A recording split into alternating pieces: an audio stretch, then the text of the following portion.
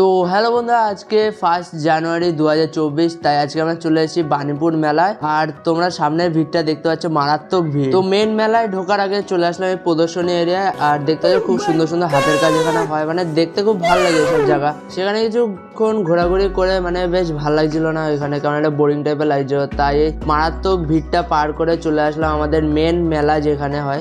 আর এই মেলার বিশেষ হচ্ছে গিয়ে এই মেলায় নাকি 3টে মাঠ নিয়ে এই মেলাটা হয়, ঠিক আছে। তো তোমরা দেখতে পাচ্ছ চারিদিকে শুধু দোকান আর দোকান। তো কিছুক্ষণ ঘোরাঘুরি করে এই দুটো নাগরদোলনা এখানে আসলাম, আর এখানে এসে একটু ফটোশুট করে নিলাম। মানে এত বড় মেলা, ঘুরতে ঘুরতে খিদে পেয়ে গেছিলো, তাই চলে আসলাম এই পাপড়ি চাটের দোকানে।